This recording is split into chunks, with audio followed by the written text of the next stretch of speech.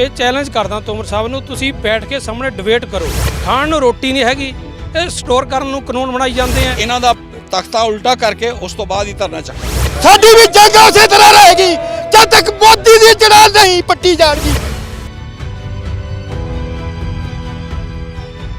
ਕਿਸਾਨਾਂ ਨੇ 25 ਸਤੰਬਰ ਤੋਂ ਬਾਅਦ 8 ਦਸੰਬਰ ਤੋਂ ਬਾਅਦ ਅੱਜ 6 ਫਰਵਰੀ ਨੂੰ ਫੇਰ ਤੋਂ ਚੱਕਾ ਜਾਮ ਦਾ ਐਲਾਨ ਕੀਤਾ ਹੈ। 25 ਸਤੰਬਰ ਦਾ ਪੂਰੇ ਪੰਜਾਬ ਦੇ ਵਿੱਚ ਸੀ, ਬਹੁਤ ਸਫਲ ਰਿਹਾ ਸੀ। ਉਸ ਤੋਂ ਬਾਅਦ 8 ਦਸੰਬਰ ਦਾ ਪੂਰੇ ਭਾਰਤ ਦੇ ਵਿੱਚ ਸੀ, ਉਦੋਂ ਵੀ ਭਾਰਤ ਵਾਸੀਆਂ ਨੇ ਪੂਰਾ ਸਮਰਥਨ ਦਿੱਤਾ ਤੇ ਅੱਜ 6 ਫਰਵਰੀ ਨੂੰ ਫੇਰ ਤੋਂ 3 ਘੰਟੇ ਦਾ ਚੱਕਾ ਜਾਮ ਹੈ। ਚੱਕਾ ਜਾਮ ਤੋਂ ਇੱਕ ਦਿਨ ਪਹਿਲਾਂ ਰਾਜ ਸਭਾ ਦੇ ਵਿੱਚ ਖੇਤੀਬਾੜੀ ਮੰਤਰੀ ਨਰਿੰਦਰ ਤੋਮਰ ਨੇ ਸਰਕਾਰ ਦੀ ਮਨਸ਼ਾ ਨੂੰ ਫਿਰ ਸਾਫ਼ ਕਰ ਦਿੱਤਾ ਕਿ ਹਾਲੇ ਕਿਸਾਨਾਂ ਦੀ ਕੋਈ ਵੀ ਮੰਗ ਮੰਨਣ ਦੇ ਰੌਂ ਦੇ ਵਿੱਚ ਨਹੀਂ ਹੈ ਕੇਂਦਰ ਸਰਕਾਰ। 3-4 ਬਿਆਨ ਉਹਨਾਂ ਨੇ ਦਿੱਤੇ ਨੇ, ਉਹ ਸਾਰਿਆਂ ਤੇ ਆਪਾਂ ਕਿਸਾਨਾਂ ਤੋਂ ਪੁੱਛਾਂਗੇ। ਸਾਰੇ ਕਿਸਾਨਾਂ ਦੇ ਧਰਨੇ ਦੇ ਵਿੱਚ ਪਹੁੰਚੇ ਹੋਏ ਨੇ, ਕਿਸਾਨ ਨੇ, ਕਿਸਾਨਾਂ ਦੇ ਸਪੋਰਟਰ ਨੇ ਕਿ ਉਹਨਾਂ ਦਾ ਕੀ ਮੰਨਣਾ ਹੈ।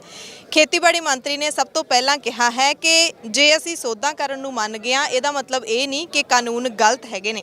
ਸੋ ਇੱਧਰ ਆਪਾਂ ਗੱਲਬਾਤ ਕਰਾਂਗੇ। ਭਾਈ ਸਾਹਿਬ, ਕੀ ਨਾਮ ਹੈ ਤੁਹਾਡਾ? ਵਾਹਿਗੁਰੂ ਜੀ ਕਾ ਖਾਲਸਾ, ਵਾਹਿਗੁਰੂ ਜੀ ਫਤਿਹ। ਮੇਰਾ ਨਾਮ ਲਖਵਿੰਦਰ ਸਿੰਘ ਹੈ ਜੀ। ਸੋ ਖੇਤੀਬਾੜੀ ਮੰਤਰੀ ਨਰਿੰਦਰ ਤੋਮਰ ਨੇ ਸਭ ਤੋਂ ਪਹਿਲਾ ਬਿਆਨ ਦਿੱਤਾ ਹੈ ਰਾਜ ਸਭਾ ਦੇ ਵਿੱਚ ਕੱਲ ਸਦਨ ਦੇ ਵਿੱਚ ਖੜ ਕੇ ਕਿ ਖੇਤੀ ਕਾਨੂੰਨਾਂ ਤੇ ਸੋਧ ਕਰਨ ਨੂੰ ਜੇ ਸਰਕਾਰ ਮੰਨ ਰਹੀ ਹੈ ਤਾਂ ਇਹਦਾ ਮਤਲਬ ਇਹ ਨਹੀਂ ਕਿ ਕਾਨੂੰਨ ਗਲਤ ਨੇ, ਯਾਨੀ ਕਿ ਤੁਸੀਂ ਗਲਤ ਲੜਾਈ ਲੜ ਰਹੇ ਹੋ, ਕਾਨੂੰਨ ਤਾਂ ਠੀਕ ਨੇ।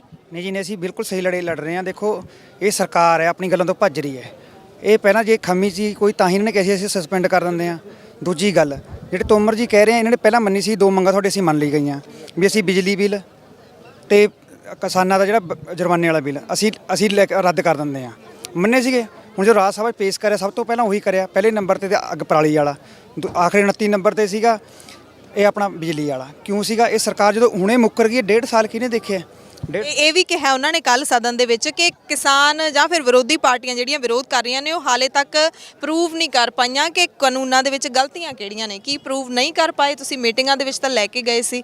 ਬਿਲਕੁਲ, ਤੁਸੀਂ ਦੇਖ ਸਕਦੇ ਹੋ ਜਦੋਂ ਸਾਡੇ ਜਥੇਬੰਦੀ ਦੇ ਆਗੂ ਬਹੁਤ ਸਮਝਦਾਰ ਨੇ, 5 ਆਗੂ ਗੱਲ ਕਰਦੇ ਆ, 40 ਮੈਂਬਰੀ ਕਮੇਟੀ ਜਾਂਦੀ ਹੈ। ਉਹਨਾਂ ਨੇ ਜਦੋਂ ਤੋਮਰ ਸਾਹਿਬ ਨੂੰ ਪੁੱਛਿਆ, ਚਲੋ ਅਸੀਂ ਕਹਿੰਦੇ ਆ, ਉਹ ਕਹਿੰਦੇ ਸਾਨੂੰ ਅਸੀਂ ਗਲਤੀ ਨਹੀਂ ਲੱਭ ਸਕੇ, ਤੁਸੀਂ ਸਾਨੂੰ ਇੱਕ ਫਾਇਦਾ ਗਿਣਾ ਦਿਓ। ਗਿਣਾ ਸਕੇ ਕੋਈ ਫਾਇਦਾ? ਇਹਦਾ ਜੇ ਫਾਇਦਾ ਲਾਗੂ, ਅਸੀਂ ਸਾਡੇ ਆਗੂ ਨੇ ਪਹਿਲਾਂ ਇਹੀ ਗੱਲ ਕਹੀ, ਜਦੋਂ ਫਾਇਦਾ ਇਹਦਾ ਬਿਹਾਰ 'ਚ ਲਾਗੂ ਕਰ ਦਿਓ, ਯੂਪੀ 'ਚ ਕਰ ਦਿਓ, ਉਹਨਾਂ ਦੀ ਕਿਸਾਨਾਂ ਦੀ ਹਾਲਤ ਸੁਧਾਰ ਦਿਓ। ਉੱਥੇ ਤਾਂ ਇਹਨਾਂ ਕੋਲ ਹਾਲਤ ਸੁਧਰਦੀ ਨਹੀਂ, ਪੰਜਾਬ 'ਚ ਕਿਵੇਂ ਸੁਧਾਰਨ ਨੂੰ ਫਿਰਦੇ ਨੇ। ਇਹ ਸਾਡੇ 'ਤੇ ਲਾਗੂ ਕਰੇ, ਸਾਨੂੰ ਬਿਹਾਰ ਤੋਂ ਵੀ ਪਰੇ ਕਰਨਾ ਚਾਹੁੰਦੇ ਆ, ਕਿਉਂਕਿ ਬਿਹਾਰ ਦੇ 7-7 ਏਕੜ ਵਾਲੇ ਜ਼ਿਮੀਂਦਾਰ ਇੱਥੇ ਆ ਕੇ ਦਿਹਾੜੀ ਕਰ ਰਹੇ ਆ। ਅਸੀਂ ਇੱਥੋਂ ਜੇ ਉੱਜੜ ਗਏ, ਅਸੀਂ ਕਿੱਥੇ ਦਿਹਾੜੀ ਕਰਾਂਗੇ?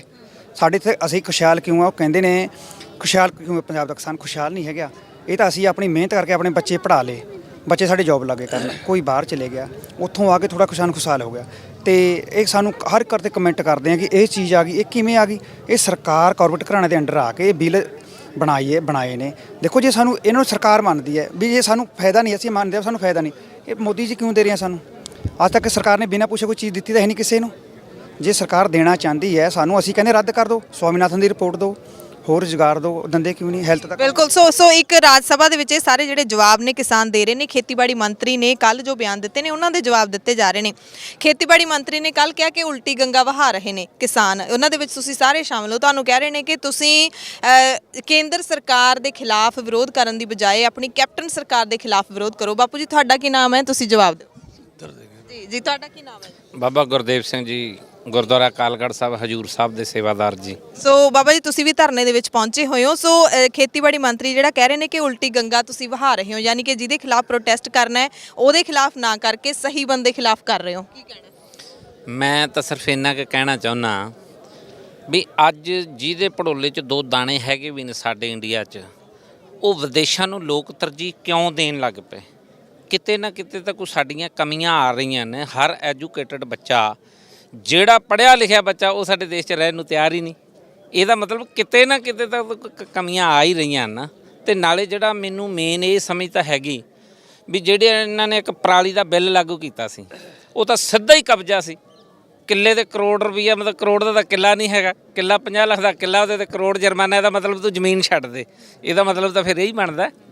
ਸੋ ਗੱਲ ਬਿਲਕੁਲ। ਸੋ ਸਰਕਾਰ ਨੇ ਕੱਲ ਕਿਹਾ ਸਦਨ ਦੇ ਵਿੱਚ ਕਿ ਕੰਟਰੈਕਟ ਫਾਰਮਿੰਗ ਦੇ ਵਿੱਚ ਸਾਨੂੰ ਕਿਤੇ ਲਿਖਿਆ ਦਿਖਾ ਦਿਓ ਕਿ ਕਿਸਾਨਾਂ ਦੀ ਜ਼ਮੀਨ ਖੁੱਸੂਗੀ। ਇਹ ਸਿਰਫ ਪੰਜਾਬ ਦੇ ਕਿਸਾਨ ਨੇ ਜਿਹੜੇ ਵਿਰੋਧ ਕਰ ਰਹੇ ਨੇ। ਉਹਨਾਂ ਨੇ ਸਾਫ਼ ਸਪਸ਼ਟ ਤਰੀਕੇ ਨਾਲ ਕਿਹਾ ਕਿ ਸਿਰਫ ਇੱਕ ਸਟੇਟ ਦੇ ਕਿਸਾਨ ਵਿਰੋਧ ਕਰ ਰਹੇ ਨੇ, ਉਹਨਾਂ ਨੂੰ ਵਰਗਲਾਇਆ ਗਿਆ ਹੈਗਾ। ਸੋ ਜੀ, ਹਾਂਜੀ, ਕੀ ਤੁਹਾਨੂੰ ਵਰਗਲਾਇਆ ਗਿਆ ਹੈ? ਕਿਹਨੇ ਤੁਹਾਨੂੰ ਵਰਗਲਾਇਆ? ਇਹ ਜਵਾਬ ਖੇਤੀਬਾੜੀ ਮੰਤਰੀ ਨੂੰ ਤੁਸੀਂ ਦੇ ਸਕਦੇ ਹੋ। ਹਾਂਜੀ ਖੇਤੀਬਾੜੀ ਮੰਤਰੀ ਕੱਲ ਰਾਜ ਸਭਾ 'ਚ ਕਹਿ ਰਹੇ ਸੀ ਵੀ ਇਹਦੇ 'ਚ ਕਾਲਾ ਕੀ ਆ। ਇਹ ਤਾਂ ਸਾਰਾ ਕੁਝ ਹੀ ਕਾਲਾ, ਤਿੰਨੇ ਕਾਨੂੰਨ ਹੀ ਕਾਲੇ ਆ ਜੀ। ਇਹ ਹੁਣ ਕਹਿੰਦਾ ਵੀ ਕਾਲਾ ਦੱਸੋ ਕਾਲਾ ਕੀ ਆ। ਜਿਹੜੇ ਕਾਨੂੰਨ ਬਣਾਏ ਨੇ ਅੱਜ ਜ਼ਿਮੀਂਦਾਰ ਇਹਨਾਂ ਤੋਂ ਵੀ ਜ਼ਿਆਦਾ ਐਕਸਪਰਟ ਹੋ ਗਿਆ। ਜਦੋਂ ਜ਼ਿਮੀਂਦਾਰਾਂ ਨੂੰ ਪਤਾ ਲੱਗਾ ਵੀ ਇਹ ਸਾਰੇ ਕਾਨੂੰਨ ਸਾਡੇ ਖਿਲਾਫ ਨੇ ਤਾਂ ਉਦੋਂ ਸੰਘਰਸ਼ ਸ਼ੁਰੂ ਕੀਤਾ। ਅੱਜ ਸਾਡੇ ਦੇਸ਼ ਵਿੱਚ ਸਾਡਾ India is rich country but Indian are poor.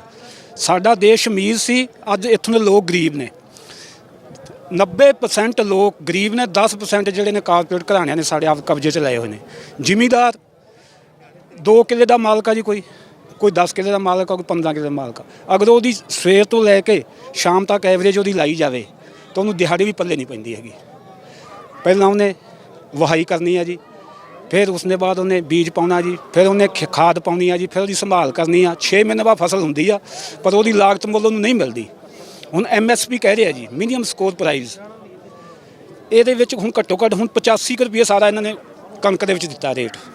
ਬਿਲਕੁਲ ਇਹ ਵੀ ਮਸਲੇ ਨੇ ਜਿਹੜੇ ਸਮੇਂ-ਸਮੇਂ ਤੇ ਉੱਠਦੇ ਰਹਿੰਦੇ ਨੇ ਕਿ ਮਿਨੀਮਮ ਸਪੋਰਟ ਪ੍ਰਾਈਸ ਹੈ ਜਿਹੜਾ ਘੱਟੋ ਘੱਟ ਸਮਰਥਨ ਮੁੱਲ ਹੈ ਬਹੁਤ ਹੀ ਘੱਟ, ਬਹੁਤ ਹੀ ਬੇਇੱਜ਼ਤੀ ਵਾਲੇ ਤਰੀਕੇ ਦੇ ਨਾਲ ਘਟਾਇਆ ਜਾਂਦਾ, ਜਿਵੇਂ ਕਿਸਾਨਾਂ ਦਾ ਅਪਮਾਨ ਹੁੰਦਾ ਉਹਦੇ 'ਚ ਇੰਨੀ ਘੱਟ ਰਾਸ਼ੀ ਹੈ ਜਿਹੜੀ ਉਹ ਦਿੱਤੀ ਜਾਂਦੀ ਹੈ। ਸੋ ਸਰਕਾਰ ਨੇ ਕਿਹਾ ਹੈਗਾ ਕਿ ਵਰਗਲਾਏ ਹੋਏ ਹੋ ਤੁਸੀਂ, ਕਿਹਦੇ ਵਰਗਲਾਏ ਪਹੁੰਚੇ ਹੋ ਇੱਥੇ? ਸਰਕਾਰੇ ਵਰਗਲਾਈ ਵੀ ਹੈ ਜੀ, ਅਸੀਂ ਤਾਂ ਜ਼ਿਮੀਂਦਾਰ ਤਾਂ ਕੋਈ ਵਰਗਲਾਇਆ ਵੀ ਨਹੀਂ ਹੈਗਾ ਜੀ।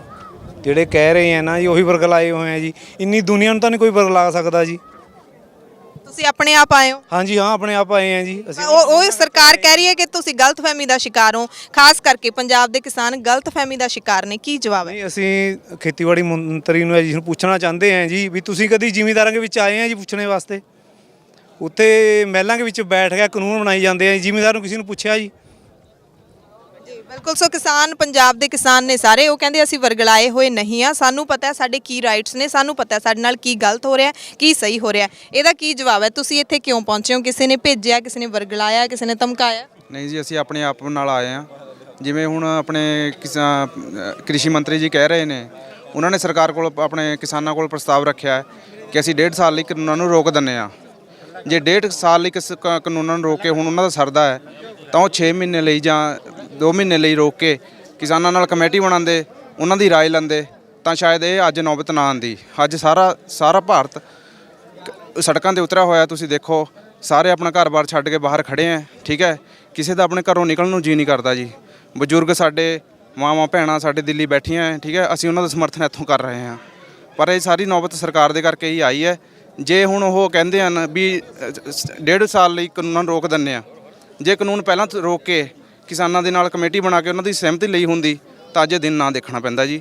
ਅੱਜ ਇੱਥੇ ਅਸੀਂ ਲੋਕ ਸੜਕ ਤੇ ਨਾ ਆਉਂਦੇ ਹੁੰਦੇ। ਜੀ ਬਿਲਕੁਲ, ਕਿਉਂਕਿ ਬਹੁਤ ਔਖਾ ਹੈ, ਠੰਡ ਦਾ ਮਹੀਨਾ ਹੈ ਤੇ ਠੰਡ ਹੀ ਚੱਲੀ ਆ ਰਹੀ ਹੈ। ਗਰਮੀਆਂ ਦੇ ਬੈਠੇ ਕਿਸਾਨ ਪਹਿਲਾਂ ਗਰਮੀ ਝੱਲੀ ਸੜਕਾਂ ਤੇ, ਹੁਣ ਠੰਡ ਚੱਲ ਰਹੇ ਨੇ, ਪਰ ਬਾਰ-ਬਾਰ ਇਹੀ ਕਿਹਾ ਜਾ ਰਿਹਾ ਕਿ ਵਰਗਲਾਏ ਹੋਏ ਕਿਸਾਨ ਨੇ। ਤੁਹਾਡਾ ਕੀ ਨਾਮ ਹੈ ਜੀ, ਕਿੱਥੋਂ ਆਏ ਹੋ? ਭੁਪਿੰਦਰ ਸਿੰਘ ਜੀ, ਪਿੰਡ ਰਾਮਨਗਰ ਜੀ। ਸੋ ਸਰਕਾਰ ਬਾਰ-ਬਾਰ ਇਹੀ ਇਲਜ਼ਾਮ ਲਾ ਰਹੀ ਹੈ ਕਿ ਕੱਲੇ ਪੰਜਾਬ ਦੇ ਕਿਸਾਨ ਨੇ ਜਿਹੜੇ ਪ੍ਰੋਟੈਸਟ ਕਰ ਰਹੇ ਹੈਗੇ ਨੇ, ਬਾਕੀ ਪੂਰਾ ਦੇਸ਼ ਇਹਨਾਂ ਕਾਨੂੰਨਾਂ ਨੂੰ ਮੰਨਦਾ ਹੈਗਾ। ਇਹ ਜਿਹੜੇ ਪੰਜਾਬ ਦੇ ਕਿਸਾਨ ਨੇ ਇਹਨਾਂ ਨੂੰ ਵਰਗਲਾਇਆ ਹੋਇਆ, ਇਹਨਾਂ ਨੂੰ ਗਲਤਫਹਿਮੀ ਦਾ ਸ਼ਿਕਾਰ ਨੇ। ਮੈਡਮ ਜੀ, ਪਹਿਲੀ ਗੱਲ ਤਾਂ ਇਹ ਹੈ ਕਿ ਪੰਜਾਬ ਨੂੰ ਤਾਂ ਹਮੇਸ਼ਾ ਤੋਂ ਹੀ ਦਿੱਲੀ ਨੇ ਮਾੜੀ ਨਿਗਾਹ ਨਾਲ ਦੇਖਿਆ ਜੀ। ਖਾਲਿਸਤਾਨੀ ਵੀ ਦੱਸਦੇ ਨੇ, ਪਾਕਿਸਤਾਨੀ ਫੰਡਿੰਗ ਵੀ ਦੱਸਦੇ ਨੇ, ਬਹੁਤ ਤਰ੍ਹਾਂ ਦੇ ਬਲੇਮ ਲੱਗਦੇ ਨੇ ਜੀ।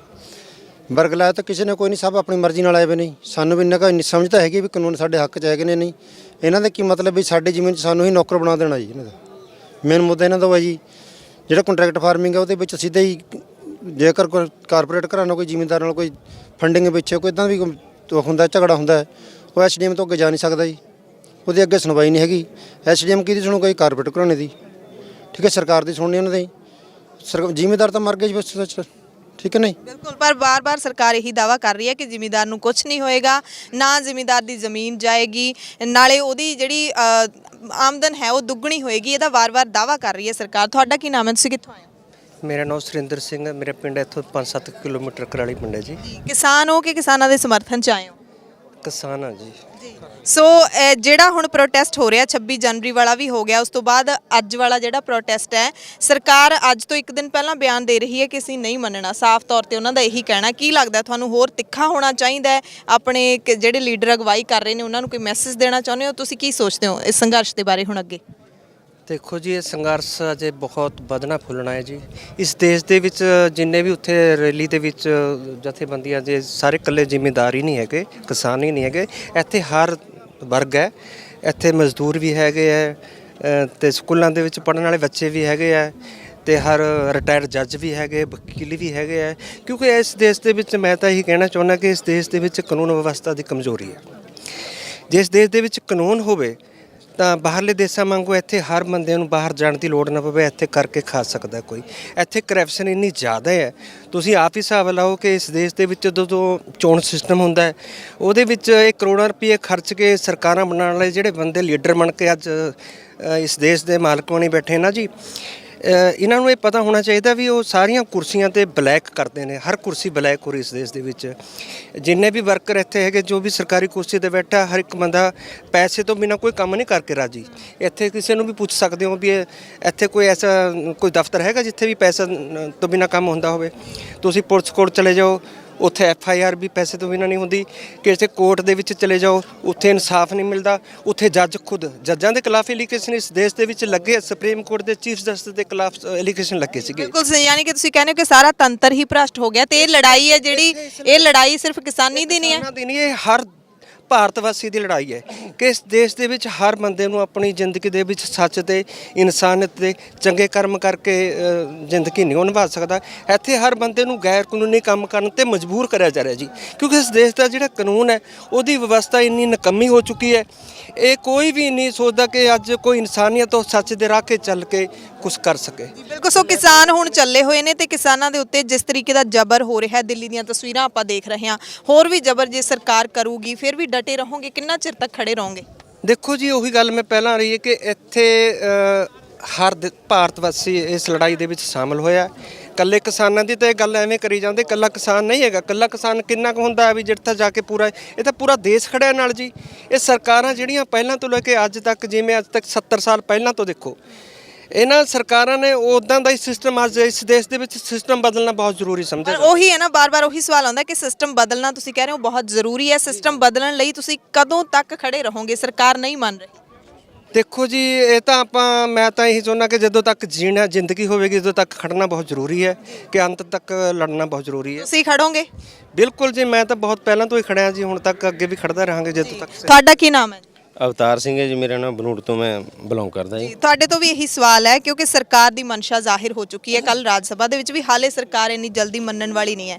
ਜ਼ਬਰ ਜੋ ਦਿੱਲੀ ਦੀਆਂ ਤਸਵੀਰਾਂ ਆ ਰਹੀਆਂ ਨੇ ਕਿ ਜਿਵੇਂ ਕਿਸਾਨਾਂ ਤੇ ਰੋਕਾਂ ਲਾਈਆਂ ਜਾ ਰਹੀਆਂ ਨੇ, ਉਹਨਾਂ ਦੀਆਂ ਬੇਸਿਕ ਸਹੂਲਤਾਂ, ਖਾਣਾ ਪਾਣੀ, ਉਹ ਵੀ ਉਹਦੇ ਰਾਹ ਵੀ ਰੋਕੇ ਜਾ ਰਹੇ ਨੇ। ਕਦੋਂ ਤੱਕ ਤੁਸੀਂ ਖੜੇ ਰਹਿ ਸਕਦੇ ਹੋ ਇਹੋ ਜਿਹੇ ਹਾਲਾਤਾਂ 'ਚ? ਇਦੋਂ ਵੀ ਜੇ ਮਾੜੇ ਹੁੰਦੇ ਨੇ। 26 ਜਨਵਰੀ ਤੱਕ ਸਰਕਾਰ ਨੂੰ ਇਹ ਸੀ ਜੀ ਵੀ ਸ਼ਾਇਦ ਇਹ ਲਾਸਟ ਪ੍ਰੋਗਰਾਮ ਹੋਏਗਾ, ਇਸ ਤੋਂ ਬਾਅਦ ਕੁਝ ਨਹੀਂ ਹੋਏਗਾ। ਤੁਸੀਂ ਦੇਖ ਰਹੇ ਹੋ ਵੀ ਉੱਥੇ ਜਿਹੜੇ ਬੰਦੇ 26 ਜਨਵਰੀ ਲਈ ਗਏ ਸੀ ਰੈਲੀ ਕੱਢਣ ਲਈ, ਰੈਲੀ ਸ਼ਾਮਲ, ਟਰੈਕਟਰ ਮਾਰਚ ਸ਼ਾਮਲ ਹੋਣ ਲਈ, ਉਸ ਤੋਂ ਬਾਅਦ ਉਹਨਾਂ ਨੇ ਘਰਾਂ ਦੇ ਵਾਪਸ ਆਉਣਾ ਹੀ ਸੀ। ਸਰਕਾਰ ਨੂੰ ਇਹ ਹੋ ਗਿਆ ਪਤਾ ਨਹੀਂ ਵਾਪਸ ਹੋ ਗਏ। ਉਸ ਤੋਂ ਬਾਅਦ ਤੁਸੀਂ ਦੇਖਦੇ ਹੋ ਵੀ ਜਦੋਂ 1000 ਬੰਦਾ ਰਹਿ ਗਿਆ ਸੀ ਗਾਜੀਪੁਰ ਬਾਰਡਰ ਤੇ, ਹਜ਼ਾਰਾਂ ਦੀ ਗਿਣਤੀ ਜਿੱਥੇ ਪਹੁੰਚ ਗਏ, ਲੱਖਾਂ ਦੇ ਕਰੀਬ ਪਹੁੰਚ ਗਏ ਉੱਥੇ। ਅੱਜ ਵੀ ਕੋਈ ਘਾਟਾ ਨਹੀਂ, ਵਧੇ ਰਹੇ ਆ। ਜਿਹੜੀ ਸਰਕਾਰ ਇਹ ਕਹਿੰਦੀ ਆ, ਕੱਲ ਵੀ ਇਹ ਗੱਲ ਹੋਈ ਆ ਵੀ ਸਿਰਫ ਇੱਕ ਸਟੇਟ ਦਾ ਐਜੀਟੇਸ਼ਨ ਆ, ਜਦ ਕਿ ਪੰਜਾਬ ਹਰਿਆਣਾ ਜਿਹੜੇ ਗਾਜੀਪੁਰ ਬਾਰਡਰ ਤੇ ਉੱਥੇ ਪੰਜਾਬ ਦੇ ਜਾ ਕੇ ਬੈਠੇ ਆ। ਮੈਂ ਤੁਹਾਡੇ ਮਾਧਿਅਮ ਰਾਹੀਂ ਦੱਸਣਾ ਚਾਹੁੰਦਾ ਵੀ ਜਿੱਥੇ ਗਾਜੀਪੁਰ ਬਾਰਡਰ ਤੇ ਬੈਠੇ ਆ ਉਹ ਸਾਰੇ ਯੂਪੀ ਦੇ ਕਿਸਾਨ ਆ। ਅਸੀਂ ਸ਼ਾਹਜਹਾਂਪੁਰ ਬਾਰਡਰ ਤੇ ਗਏ ਸੀ, ਉੱਥੇ ਅਸੀਂ ਅਸੀਂ ਮਿਸ਼ਨ ਵਿਦਿਆ ਫਾਊਂਡੇਸ਼ਨ ਚਲਾਉਂਦਾ ਮੈਂ, ਤੇ ਉੱਥੇ ਅਸੀਂ ਇੱਕ ਟਰੱਕ ਲੈ ਕੇ ਗਏ ਸੀ, 100 ਰਜਾਈਆਂ ਸੀ, 150 ਗੱਦੇ ਸੀ, ਕੁਰਸੀਆਂ ਸੀ ਉਹਦੇ 'ਚ। ਅਸੀਂ ਉੱਥੇ ਜਾ ਕੇ ਦੇਖਿਆ, ਉੱਥੋਂ ਕੇਰਲੇ ਵੀ ਆਏ ਹੋਏ ਸੀ, ਕੇਰਲਾ ਤੋਂ ਆਏ ਹੋਏ ਸੀ ਡੈਲੀਗੇਸ਼ਨ ਉਹਨਾਂ ਦਾ, ਬੜੇ 500 ਬੰਦੇ ਆਏ ਸੀ ਜਿਸ ਦਿਨ ਅਸੀਂ ਗਏ ਆ। ਅੱਜ ਤੋਂ 15 ਦਿਨ ਪਹਿਲਾਂ ਗਏ ਸੀ, ਅਸੀਂ 26 ਤੋਂ ਪਹਿਲਾਂ ਗਏ ਸੀ ਯਾਨੀ। ਤੇ ਉੱਥੇ ਨਾ ਮੱਧ ਪ੍ਰਦੇਸ਼ ਦੇ ਵੀ ਆਏ ਹੋਏ ਸੀ, ਉੱਥੇ ਤੇਲੰਗਾਨਾ ਦੇ ਵੀ ਆਏ ਹੋਏ ਸੀ, ਤਾਮਿਲਨਾਡੂ ਤੋਂ ਵੀ ਆਏ ਹੋਏ ਸੀ, ਪੱਛਮੀ ਬੰਗਾਲ ਦੇ ਵੀ ਆਏ ਹੋਏ ਸੀ ਉੱਥੇ। ਜਿਹੜੇ ਉੱਥੇ ਦਫ਼ਤਰ ਚਲਾ ਰਹੇ ਸੀ, ਜਿਹੜਾ ਉਹ ਸਾਰਾ ਪ੍ਰਬੰਧ ਕਰ ਰਹੇ ਸੀ ਉੱਥੇ, ਉਹ ਸਾਨੂੰ ਦੱਸ ਰਹੇ ਸੀ ਕਈ ਵਾਰੀ ਇਸ ਤਰ੍ਹਾਂ ਹੋ ਜਾਂਦਾ ਕਿ ਰਾਤ ਨੂੰ ਸਾਡੇ ਕੋਲ ਸਾਰਾ ਕੁਝ ਘਟ ਜਾਂਦਾ, ਨਾ ਸਾਡੇ ਕੋਲ ਰਜਾਈਆ ਰਹਿਣ ਲਈ, ਨਾ ਸਾਡੇ ਕੋਲ ਮੰਜਾ ਕੋਈ, ਨਾ ਸਾਡੇ ਕੋਲ ਬਿਸਤਰਾ, ਤੇ ਨਾ ਸਾਡੇ ਕੋਲ ਤੰਬੂ ਵਗੈਰਾ ਕੋਈ। ਬਿਲਕੁਲ ਬਿਲਕੁਲ, ਇਹ ਸਭ ਦਾ ਗਵਾਹ ਜਿਹੜਾ ਇਹ ਦੱਸ ਰਹੇ ਨੇ ਉਹ ਸਾਡੇ ਕੈਮਰੇ ਦੀ ਅੱਖ ਵੀ ਬਣੀ ਹੈ। ਅਸੀਂ ਵੀ ਜਾ ਕੇ ਸਾਰੇ ਬਾਰਡਰਾਂ ਤੇ ਦੇਖਿਆ ਹੈ ਕਿ ਭਾਰਤ ਦਾ ਕੋਈ ਵੀ ਸੂਬਾ ਸ਼ਾਇਦ ਨਹੀਂ ਬਚਿਆ ਜਿੱਥੋਂ ਕਿਸਾਨ ਨਾ ਪਹੁੰਚੇ ਹੋਣ। ਸਵਾਲ ਫਿਰ ਮੈਂ ਰਿਪੀਟ ਕਰਾਂਗੀ, ਕਦੋਂ ਤੱਕ ਖੜੇ ਰਹੋਗੇ? ਸਾਡੇ ਜਿਹੜੀ ਕਿਸਾਨ ਜਥੇਬੰਦੀਆਂ ਉੱਥੇ ਲਗਾਤਾਰ 2-3 ਮਹੀਨੇ ਤੋਂ ਧਰਨੇ ਤੇ ਬੈਠੀਆਂ। ਕੱਲ ਉਹਨਾਂ ਦਾ ਇੱਕ ਹੋਰ ਪ੍ਰੋਗਰਾਮ ਆ ਗਿਆ ਵੀ ਇਸ ਧਰਨੇ ਨੂੰ ਲੰਬਾ ਲਿਜਾਣ ਦੇ ਲਈ ਵੀ ਹਰ ਪਿੰਡ ਤੋਂ 10-10 15-15 ਬੰਦੇ ਨਿਕਲਣ। ਵੈਸੇ ਪੰਜਾਬ ਪਹਿਲਾਂ ਹੀ ਇਸ ਤੇ ਮੋਹਰੀ ਹੋਇਆ ਸਾਡੇ ਪਿੰਡ ਹੈ ਜਿਸ ਖੇਤਰ 'ਚ ਅਸੀਂ ਖੜੇ ਹਾਂ, ਸਾਡੇ ਜਿਹੜੇ ਪਿੰਡਾਂ ਦੇ ਲੋਕ ਆ ਉਹ 5-5 7-7 ਬੰਦੇ ਤੋਰਦੇ ਆ, ਉਹ ਹਫਤਾ ਲਾ ਕੇ ਆਉਂਦੇ ਆ ਤੇ ਹਫਤੇ ਬਾਅਦ ਦੂਜੇ ਅਸੀਂ ਤੋਰ ਦਿੰਦੇ ਆ। ਬਿਲਕੁਲ ਬਿਲਕੁਲ, ਅਸੀਂ ਇੰਡੀਵਿਜੂਅਲੀ ਹੁਣ ਪੁੱਛ ਰਹੇ ਹਾਂ, ਤੁਹਾਡੇ ਕੱਲਿਆਂ ਤੋਂ ਪੁੱਛ ਰਹੇ ਹਾਂ, ਤੁਸੀਂ ਨਿੱਜੀ ਤੌਰ ਤੇ ਕਦੋਂ ਤੱਕ ਖੜੋਗੇ? ਬਿਲਕੁਲ ਜਾ ਰਹੇ ਨੇ ਲੋਕ। ਮੈਂ ਜਰਨਲਿਸਟ ਵੀ ਹੈਗਾ ਜੀ, ਕਿਸਾਨ ਹੋਣ ਦੇ ਨਾਲ ਦੁਕਾਨਦਾਰ ਵੀ ਹੈਗਾ। ਤੁਹਾਨੂੰ ਪਹਿਲਾਂ ਵੀ ਦੱਸ ਚੁੱਕੇ ਆ ਵੀ ਇਸ ਅੰਦੋਲਨ ਦੇ ਵਿੱਚ ਹਰੇਕ ਵਰਗ ਸ਼ਾਮਲ ਆ, ਭਾਵੇਂ ਮੁਲਾਜ਼ਮ ਆ, ਨੌਜਵਾਨ ਆ, ਬੱਚਾ, ਦਿਹਾੜੀਦਾਰ ਆ, ਕੋਈ ਜੱਜ ਆ, ਵਕੀਲ ਆ, ਕਿਸਾਨ ਤੋਂ ਇਲਾਵਾ ਹਰੇਕ ਵਰਗ ਇਹਦੇ ਵਿੱਚ ਸ਼ਾਮਲ ਆ। ਇਹ ਤਾਂ ਆਪਾਂ ਸੋਚ ਨਹੀਂ ਸਕਦੇ ਵੀ ਇਹ ਲੰਬਾ ਨਹੀਂ ਚੱਲੇਗਾ। ਅੱਛਾ, ਜਿਹੜੀ ਮੈਂ ਗੱਲ ਕਰ ਰਿਹਾ ਜੀ ਵੀ ਮੇਰੇ ਖੜਨ ਦੀ ਗੱਲ ਆ, ਸਾਨੂੰ 5 ਮਹੀਨੇ ਹੋ ਗਏ ਇੱਥੇ ਧਰਨਾ ਦਿੰਦੇ ਨੂੰ। ਅਸੀਂ ਹਰ ਰੋਜ਼ ਤਕਰੀਬਨ ਇੱਥੇ ਆਉਂਦੇ ਆ, ਕਈ ਵਾਰੀ ਚਲੋ 1-2 ਦਿਨ ਕੋਈ ਸਾਡੇ ਸਾਥੀ ਹੋਰ ਆ ਜਾਂਦੇ ਆ। ਅਸੀਂ ਲਗਾਤਾਰ ਨਾ ਇਸ ਧਰਨੇ ਨਾਲ ਜੁੜੇ ਹੋਏ ਆ ਤੇ ਲਗਾਤਾਰ ਚੱਲ ਰਿਹਾ, ਤੁਸੀਂ ਦੇਖ ਵੀ ਰਹੇ ਹੋ ਉਹਨੂੰ। ਮਤਲਬ ਲਗਾਤਾਰ ਜੁੜੇ ਰਹੋਗੇ? ਜੁੜੇ ਰਹੋਗੇ ਜੀ, ਲਗਾਤਾਰ ਜੁੜੇ ਰਹੋ। ਤੁਹਾਡਾ ਕੀ ਨਾਮ ਹੈ? ਸਾਧੂ ਸਿੰਘ ਜੀ। ਜੀ ਤੁਸੀਂ ਕਿੱਥੋਂ ਦੇ ਰਹਿਣ ਵਾਲੇ ਹੋ? ਲੱਗਦਾ ਕਿ ਸਾਬਕਾ ਫੌਜੀ ਹੈਗੇ ਆ। ਰਾਮਗੜ੍ਹ ਪੁੱਡਾ, ਜ਼ਿਲ੍ਹਾ ਮੋਹਾਲੀ। ਕਿੰਨਾ ਟਾਈਮ ਸੇਵਾ ਨਿਭਾਈ ਹੈ ਫੌਜ ਦੇ ਵਿੱਚ? 18 ਸਾਲ। ਤੇ ਹੁਣ ਤੁਸੀਂ ਕਿੰਨੀ ਉਮਰ ਹੋ ਗਈ ਤੁਹਾਡੀ? 76 ਸਾਲ। 76 ਸਾਲ ਦੀ ਉਮਰ ਦੇ ਵਿੱਚ ਅੱਜ ਪਹਿਲੇ ਦਿਨ ਆਏ ਹੋ ਜਾਂ ਪਹਿਲਾਂ ਤੋਂ ਡਟੇ ਹੋਏ ਹੋ? ਮੈਨੂੰ 5 ਮਹੀਨੇ ਜਿੱਦਣ ਦਾ ਇਹ ਧਰਨਾ ਲੱਗਿਆ ਇੱਥੇ ਟੋਲ ਪਲਾਜ਼ਾ ਤੇ, ਉਸੇ ਦਿਨ ਤੇ ਮੈਂ ਆ ਰਿਹਾ ਦਿਨ ਰਾਤ। ਦਿੱਲੀ ਗਏ ਹੋ? ਦਿੱਲੀ ਇੱਕ ਦਿਨ ਗਿਆ, ਸਿਰਫ ਸਿਰਾ ਨਹੀਂ ਪਹੁੰਚਿਆ, KSP ਤੇ ਮੁੜ ਕੇ ਆ ਗਿਆ ਤਾਂ ਗੱਡੀ ਸਾਡੀ। ਜੀ ਸੋ ਕਦੋਂ ਤੱਕ ਡਟ ਕੇ ਖੜੋਗੇ ਤੁਸੀਂ? ਉਮਰ ਵੀ ਤੁਹਾਡੀ ਕਾਫੀ ਹੋ ਚੁੱਕੀ ਹੈ ਤੇ ਜਿਹੜਾ ਹੁੰਦਾ ਹੈ ਸਰਕਾਰ ਨੂੰ ਲੱਗਦਾ ਕਿ ਜਿੰਨਾ ਲੰਬਾ ਲਿਜਾਵਾਂਗੇ ਥੱਕ ਜਾਣਗੇ। ਵੈਸੇ ਤਾਂ ਇਹ ਮੋਦੀ ਸਾਹਿਬ ਦਾ ਸਵਾਲ ਹੈ, ਉਸੇ ਤੋਂ ਜਵਾਬ ਲੈਣਾ ਚਾਹੀਦਾ, ਪਰ ਅਸੀਂ ਦੇ ਦਿੰਦੇ ਹਾਂ। ਗੁਰੂ ਗੋਬਿੰਦ ਸਿੰਘ ਨੇ ਜੰਗ ਜਦ ਸ਼ੁਰੂ ਕਰੀ ਸੀ, ਜਦ ਤੱਕ ਮੁਗਲਾਂ ਦੀ ਜੜ ਨਹੀਂ ਪਟੀ, ਮੁਕਤਸਰ ਸਾਹਿਬ ਦੇ ਵਿੱਚ ਜਾ ਕੇ ਆਖਰੀ ਜੰਗ ਲੜੀ ਆ, ਤੀਰ ਦੇ ਨਾਲ ਕਾਹੀਂ ਦਾ ਬੂਟਾ ਪੱਟ ਕੇ ਉਹਦੀ ਜੜ੍ਹਾਂ ਪੱਟੀਆਂ, ਉਦੋਂ ਤੱਕ ਉਸੇ ਜੰਗ ਨਹੀਂ ਛੱਡੀ।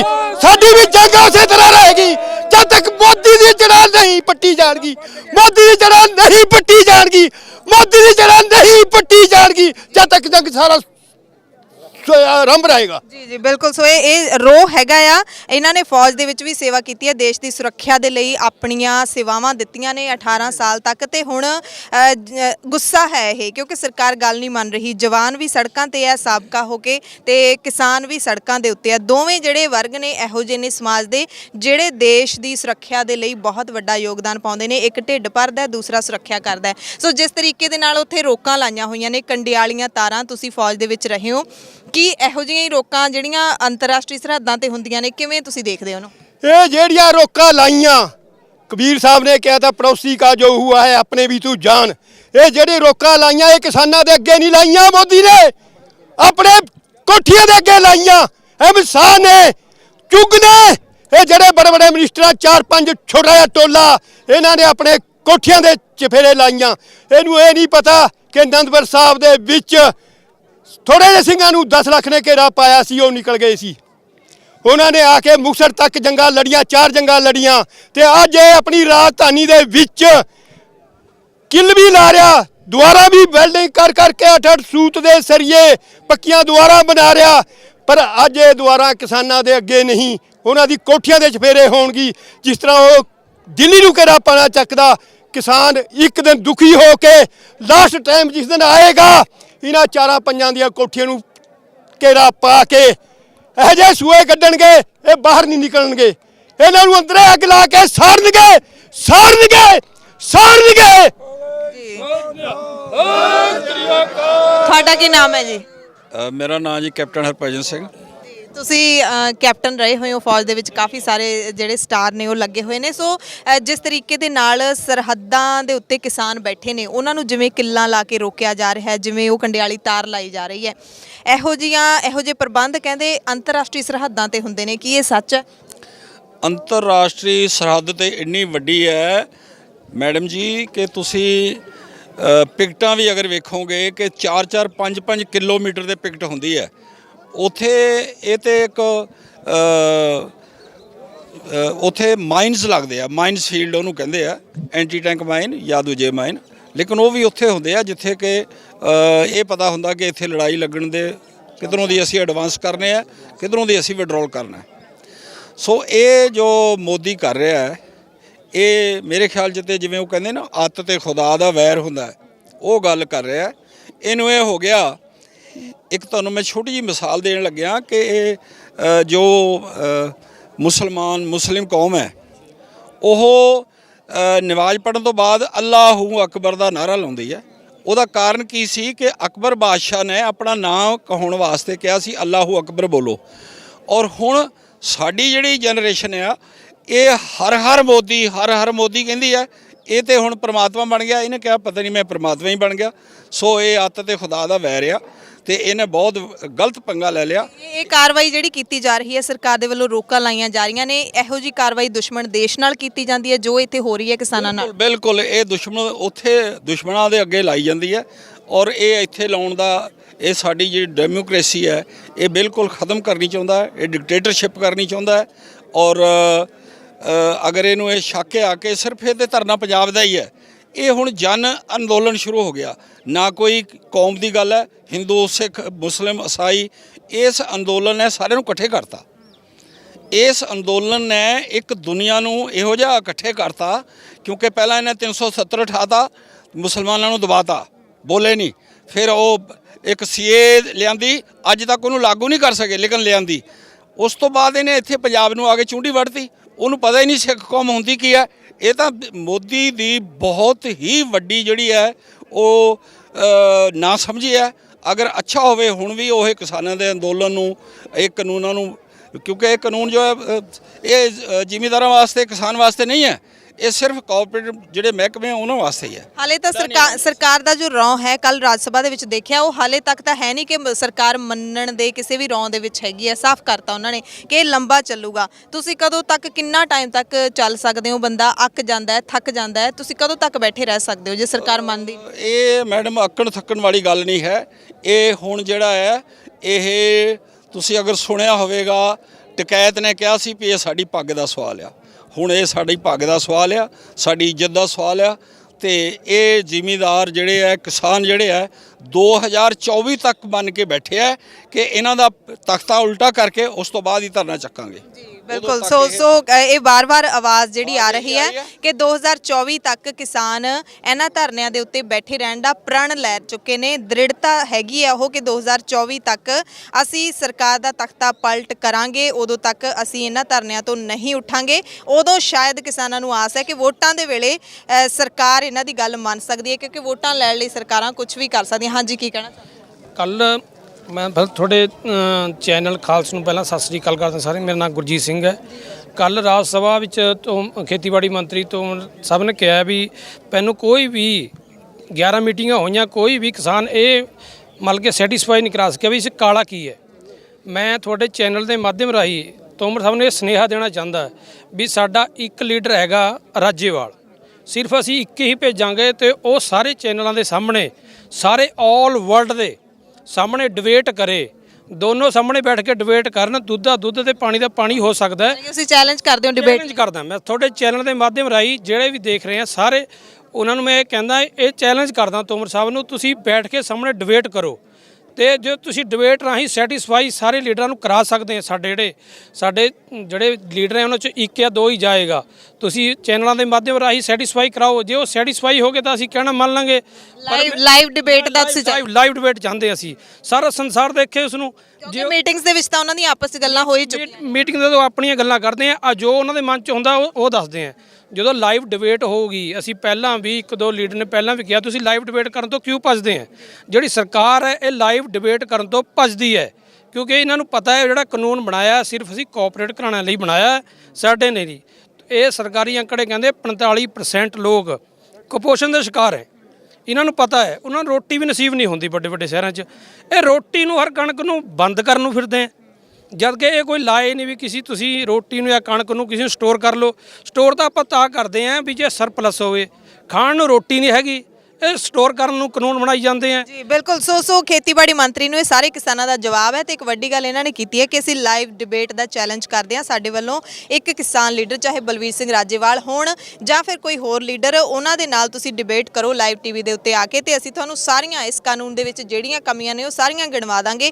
ਹਾਲਾਂਕਿ ਕਿਸਾਨ ਲੀਡਰਾਂ ਨੇ ਇਹ ਕਿਹਾ ਕਿ ਅਸੀਂ ਪਿਛਲੀਆਂ ਮੀਟਿੰਗਾਂ ਦੇ ਵਿੱਚ ਖੇਤੀਬਾੜੀ ਮੰਤਰੀ ਦੇ ਸਾਹਮਣੇ ਉਹ ਲਿਸਟ ਰੱਖ ਚੁੱਕੇ ਹਾਂ ਕਿ ਇਹਨਾਂ ਦੇ ਵਿੱਚ ਆਹ ਕਮੀਆਂ ਨੇ ਤੇ ਉਹ ਮੰਨ ਵੀ ਚੁੱਕੀ ਹੈ ਸਰਕਾਰ, ਉਹਨਾਂ ਤੇ ਸੋਧਾ ਕਰਨ ਨੂੰ ਰਾਜ਼ੀ ਵੀ ਹੋ ਚੁੱਕੀ ਹੈ। ਪਰ ਪਰ ਕੱਲ ਖੇਤੀਬਾੜੀ ਮੰਤਰੀ ਨੇ ਜਿਹੜਾ ਬਿਆਨ ਦਿੱਤਾ ਹੈ ਉਸ ਨੂੰ ਅਸੀਂ ਵੀ ਸਮਝ ਨਹੀਂ ਪਾ ਰਹੇ ਕਿ ਖੇਤੀਬਾੜੀ ਮੰਤਰੀ ਨੇ ਕਿਹਾ ਕਿਵੇਂ ਹੈ ਇਹ ਕਿ ਕਿਸਾਨ ਲੀਡਰ ਜਾਂ ਫਿਰ ਵਿਰੋਧੀ ਪਾਰਟੀਆਂ ਹਾਲੇ ਤੱਕ ਇਹਦੀਆਂ ਕਮੀਆਂ ਗਿਣਵਾ ਹੀ ਨਹੀਂ ਸਕੀਆਂ। ਸੋ ਕਿਸਾਨ ਆਪਣੀਆਂ ਮੰਗਾਂ ਦੇ ਉੱਤੇ ਦ੍ਰਿੜ ਨੇ ਅਤੇ ਸੰਘਰਸ਼ ਨੂੰ ਜਿੱਥੋਂ ਤੱਕ ਨਹੀਂ ਜਿੱਤਿਆ ਜਾਂਦਾ ਉੱਥੋਂ ਤੱਕ ਲਿਜਾਣ ਦੇ ਲਈ ਪੂਰੀ ਤਰ੍ਹਾਂ ਦੇ ਨਾਲ ਇਹਨਾਂ ਨੇ ਆਪਣਾ ਪ੍ਰਾਣ ਲੈ ਲਿਆ। ਵੀਡੀਓ ਜਰਨਲਿਸਟ ਹਰਵਿੰਦਰ ਸਿੰਘ ਦੇ ਨਾਲ ਹਰਸ਼ਰਨ ਕੌਰ ਦਾ ਖਾਲਸ ਟੀਵੀ ਲਈ ਅਜੀਜ਼ਪੁਰ ਟੋਲ ਪਲਾਜ਼ਾ ਨੈਸ਼ਨਲ ਹਾਈਵੇ 7 ਤੋਂ ਖਾਸ ਰਿਪੋर्ट। किसान मजदूर एकता जिंदाबाद, किसान मजदूर एकता जिंदाबाद, किसान मजदूर एकता जिंदाबाद। काले कानून रद्द करो, रद्द करो, रद्द करो, काले कानून रद्द करो, रद्द करो, रद्द करो। किसान मजदूर एकता जिंदाबाद, किसान मजदूर एकता जिंदाबाद, किसान मजदूर एकता जिंदाबाद। इन्हें काले कानून रद्द करो, रद्द करो, रद्द करो, इन्हें काले कानून रद्द करो, रद्द करो, रद्द करो। किसान मजदूर एकता जिंदाबाद, किसान मजदूर एकता जिंदाबाद, किसान मजदूर एकता जिंदाबाद। ਛਕਣਾ ਗੁਰੂ ਘਰ ਤਾਂ ਆਜੋ ਬੇਸ਼ੱਕ ਹਾਂਜੀ ਬਾਬਾ ਨੇੜੇ ਜੀ ਹੀ ਗੁਰੂ ਘਰ। रद्द करो, रद्द करो। किसान मजदूर एकता जिंदाबाद, किसान मजदूर एकता जिंदाबाद, किसान मजदूर एकता जिंदाबाद, किसान मजदूर एकता जिंदाबाद।